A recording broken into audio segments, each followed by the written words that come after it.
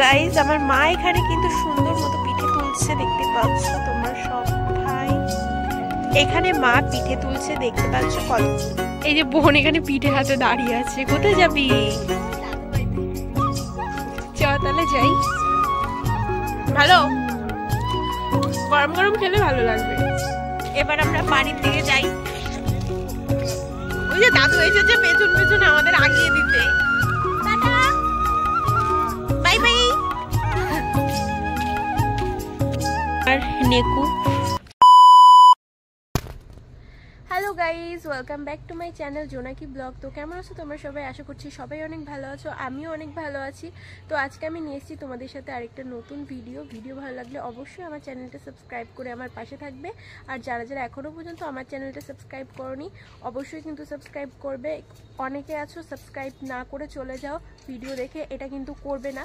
তো চলো ভিডিওটা শুরু করি। তো তার আগে বলে দিই, আমার যেহেতু বিয়ে হয়ে গেছে, আজকে হচ্ছে আমার শ্বশুরবাড়িতে পিঠে, তো সেইগুলোই তোমাদের সাথে শেয়ার করব। তো এই যে এটা হচ্ছে আমার শাশুড়ি মা, যে এখন বানাবে পিঠে।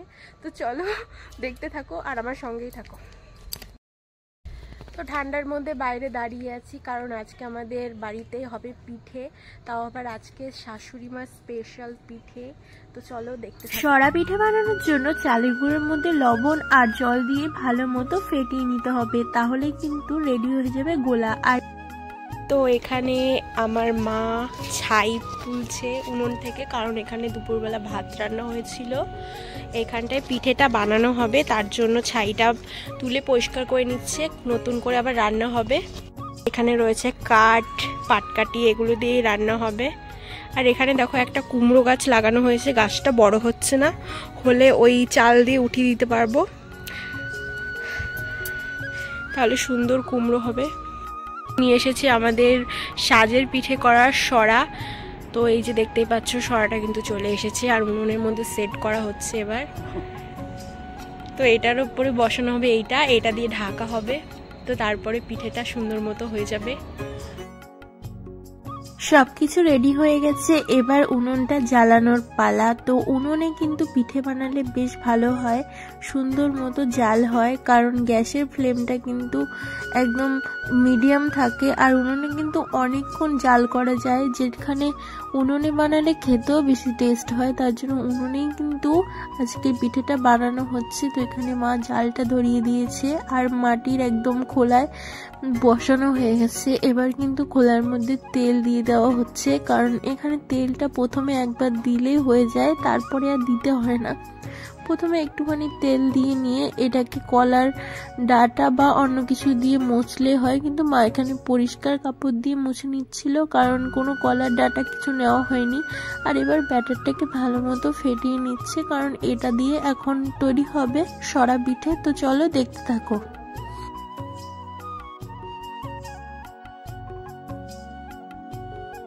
সরাটাকে বসিয়ে সঙ্গে সঙ্গে কিন্তু এটার মধ্যে গোলাটা দিলে হবে না, এটা ভালো মতো গরম করে নিয়ে তারপরে আস্তে আস্তে গোলাগুলো দিয়ে দিতে হবে। দেখতে পাচ্ছ মা কিভাবে সরা পিঠেটা ভাজছে, আর এটা কিন্তু খুব সুন্দর মতো উঠে যাবে।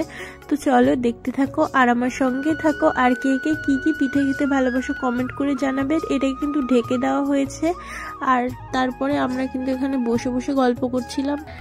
এখানে আমার শাশুড়ি মা পিঠে বানাচ্ছে, আর আমি এখানে বসে বসে পিঠে বানানো দেখছি। তো চলো তোমরাও দেখো। তুমি কি পিঠে বানাতে পারো? কি পিঠে বানাতে পারো?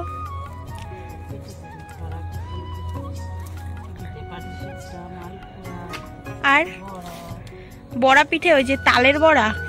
শীতের সন্ধে আর তার সাথে বসে বসে গরম গরম পিঠে খাওয়ার মজাটাই আলাদা। তো মা এখানে পিঠে ভাজছিল, আর আমি বসে বসে আগুনটাকে নিয়ে গালে ছেঁক দিচ্ছিলাম, বেশ ভালো লাগছিল। আর তোমরা কিন্তু এমন করতে যেও না, তাহলে হাত পা ফেটে যাবে, কারণ এই আগুনে কিন্তু হাত পা ফেটে যায়। তার জন্য আমি হালকা হালকা করে ভাপ নিচ্ছিলাম, আর মা এখানে মিউজিক বাজাচ্ছিল। পিঠে বানানোর আগে উনুনে আর দিতে হয় ভূত প্রেতকে, তার জন্য এখানে মা উনুনে দিয়ে চারদিকে ছিটিয়ে দিচ্ছে। তোমাদের এরকম নিয়ম আছে নাকি কমেন্ট করে জানিও, কারণ আমাদের এইগুলো আছে আমার শ্বশুর বাড়িতে, বাপের বাড়িতে সবাই কিন্তু এভাবে পিঠে বানানোর আগে ছড়িয়ে ছিটিয়ে দেয়। তো তারপরে দেখো কত সুন্দর গরম গরম পিঠেগুলো, এবার কিন্তু মা পিঠেগুলো উল্টে উল্টে তুলবে। তো এই যে দেখতে পাচ্ছ পিঠেগুলো তুলছে, আর পিঠেগুলো কত সুন্দরভাবে হয়ে গেছে। এই দেখো ভেতরটা একদম সাদা আর বাইরেটা কিন্তু দেখতেই পাচ্ছ কেমন কালার হয়ে রয়েছে, একদম ব্রাউন, খুব সুন্দর করে ভাজা হয়েছে। তো গাইস বনু তো খেয়েছে, তাই আমি ভাবলাম এটা টেস্ট করি। তো এই যে একটু টেস্ট করি,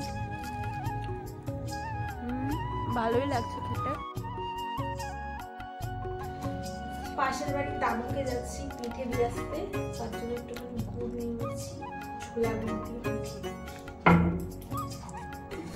দাদুদের জন্য পিঠেটা রেডি করছে। এই যে পিঠে, এতগুলো পিঠে বানিয়েছে মা। ওয়াও গাইস, আমার মা এখানে কিন্তু সুন্দর মতো পিঠে তুলছে, দেখতে পাচ্ছ তোমরা সব ভাই। এখানে মা পিঠে তুলছে, দেখতে পাচ্ছ কত সুন্দরভাবে পিঠেগুলো তুলছে। আর এই পিঠেগুলো হচ্ছে আমাদের পাশের বাড়িতে দাদু ঠাম্মাকে দিতে যাব। এই যে বোন এখানে পিঠে হাতে দাঁড়িয়ে আছে, কোথায় যাবি? দাদু বাড়িতে একটু পিঠে দিতে আসি। চ তাহলে যাই। তোর ভয় লাগছে না? রাত্রেবেলা পিঠে দিয়ে আসতে যাচ্ছি। তাও ঠিক। তো চলো আমরা এখন ভয়ে ভয়ে, ও বোন বলছে বৌদি চালাও, মানে ওই যে একটা গান আছে না, শাড়ি পরে না জিন্স পরে রঙে রঙের, কি গানও ভুলে গেছি। তো আমাদের খুব এখন ভয় লাগছে, লিটারালি মানে এখন কেঁদে দেবো এরকম ভয় লাগছে। কারণ আমার বোন আর আমি যাচ্ছি এখন ওই পাড়াতে একটা দাদুর বাড়িতে পিঠে দিয়ে আসতে। আর কখন কোথা থেকে কোন গাছ থেকে নেমে পড়ে আমরা চুপ এরকম বলিস না, কারণ এখানে দেখো গাইস, এখানে ঘুটঘুটে অন্ধকার আর আকাশে একটা চাঁদ আছে, ঠিক আছে? আমাদের অতিরিক্ত ভয় লাগছে। জয় বাবা লোকনাথ, ঠিক আছে গাইস? আমাদেরকে তোমরা দেখতে পাচ্ছ, সবাই সঙ্গে থেকো, কারণ রাত্রেবেলা পিঠে নিয়ে যাচ্ছি, ব্যাপারটা একটুখানি ভয়ানক। জয় বাবা লোকনাথ, জয় বাবা লোকনাথ, খুব ভয় লাগছে এরকম চালাও। জয় বাবা লোকনাথ, জয় বাবা লোকনাথ, তুই তো ডাক, তো ভয় লাগছে না? জয় বাবা লোকনাথ। ভয় লাগছে গাইস প্রচন্ড।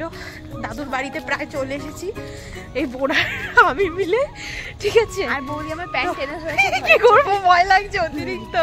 গাইস ওই দেখো একটা টাওয়ার আছে, ওই টাওয়ারটা হচ্ছে জিওর টাওয়ার, আর ওই টাওয়ারের মধ্যে ভূত থাকে। ও মা, ওটা কি না মানুষের বাড়ি? তো গাইস চলে এসেছি, এটা মানুষের বাড়ি, মানে ওই যে ঠাম্মির বাড়ি। তো চলো ঠাম্মিকে এবার পিঠেটা দেবা। গরম গরম আছে, এখনই খেয়ে নিও। হ্যাঁ, দাদু কোথায়? দাদু, দাদু কোথায়? চলো দাদুকে দিয়ে আসি। দাদু রুটি মুটি খাওয়া আমাকে হয়ে গেছে। তো কি হয়েছে, এখন পিঠে খাবে। দাদু কেমন আছো? তোমার জন্য পিঠে নিয়ে এসেছি গরম গরম। এই যে গাইস, এটা হচ্ছে আমাদের দাদু, কিউট দাদু। দাদু বাড়িতে চলে এসেছি পিঠে খাওয়াতে।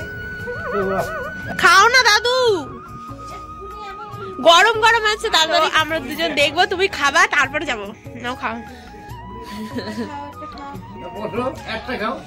খেয়েছি তো ব্যাঙের মাথা, আমরা তো আবার খাবো। তোমরা খাও না, তোমাদের জন্য নিয়ে এসেছি। আর খাবো না, পেট ভরে গেছে। না না, খেয়েছি খেয়েছি খেয়েছি। তুমি আগে তুমি খাও, তারপর নাও খাও। না না তুমি খাও, নে একটু খাও, দাদু খাওয়ালো ভালোবেসে। বাড়িতেও খেলো, এখন এখানেও খেলো। এক্ষুনি খেলো রুটি রুটি।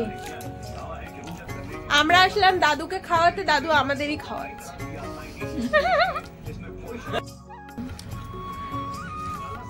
ভালো গরম সাইড দিয়ে আগিয়ে দিচ্ছে। চলো গাইস যাওয়া যাক বাড়িতে। টাটা দাদু। এবার আমরা বাড়ির দিকে যাই। ওই যে দাদু এসেছে পেছন পেছন আমাদের আগিয়ে দিতে। Tata, bye bye. ভাজা হয়ে গেছে, এখন হবে দুধ দিয়ে পিঠেগুলোকে জাল, মানে ভেজানো পিঠে যেটাকে বলে। তো চলো দেখতে থাকো তোমরা। নেকু বুনু, দেখি মুখটা একটু দেখি। মনা, এই মনা, এখানে কি আসে মনা? এই যে মনা। সরা পিঠেগুলো কিন্তু সব খোলায় ভাজা হয়ে গেছে। এবার দুধ দিয়ে নারকেল দিয়ে জাল করা হবে। তো এখানে গ্যাসে কিন্তু অলরেডি দুধটাকে জাল করা হয়েছিল, তার জন্য এখানে দুধটা একদম কড়াইতে ঢেলে দিয়েছে। আর এই যে দেখতে পাচ্ছ সুন্দর মতো জাল করে নিচ্ছে। আর এর মধ্যে কিন্তু নারকেলটা দেওয়া হয়ে গেছে, সেটা কিন্তু স্কিপ হয়ে গেছে।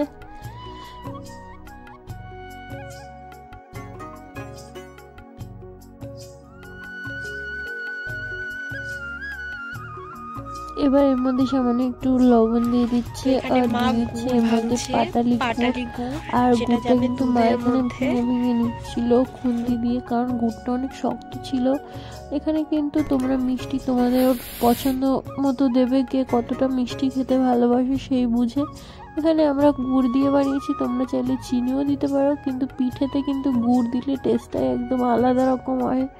তো এখানে সুন্দর মতো দুধটাকে নারকেল আর গুড় দিয়ে জাল দেওয়ার পরে যেই সরা পিঠাগুলো বানানো হয়েছিল সেখান থেকে কিছুটা পিঠে গুড় দিয়ে খাওয়ার জন্য রেখে দিয়ে বাকিগুলো কিন্তু ভেজানোর জন্য দিয়ে দিচ্ছে একটা একটা করে। এইভাবে নারকেল আর গুড় দুধ দিয়ে সুন্দর মতো জাল করলে কিন্তু শীতের স্পেশাল ভেজানো পিঠে। তো এখানে কিন্তু পিঠেটা মা সুন্দর মতো রান্না করে নিল। আর আমার বরের কিন্তু এই পিঠে খেতে তেমন ভালো লাগে না, আমারও তেমন ভালো লাগে না, কিন্তু আমার বরের ফেভারিট হচ্ছে পাটিসাপটা। তো বরকে আজকে এটাই খাওয়ালাম। বর তো খেয়ে বললো দারুণ। তোমরাও বানিয়ে খাও আর পিঠেটাকে এনজয় করো, আর সাবস্ক্রাইব করে আমার পাশে থেকো। আজকের মতো কিন্তু ভিডিওটা এখানেই শেষ করছি। দেখা হবে আবার নতুন একটা ভিডিওর সাথে। ততক্ষণের জন্য সবাই সুস্থ থেকো, ভালো থেকো। Love you all.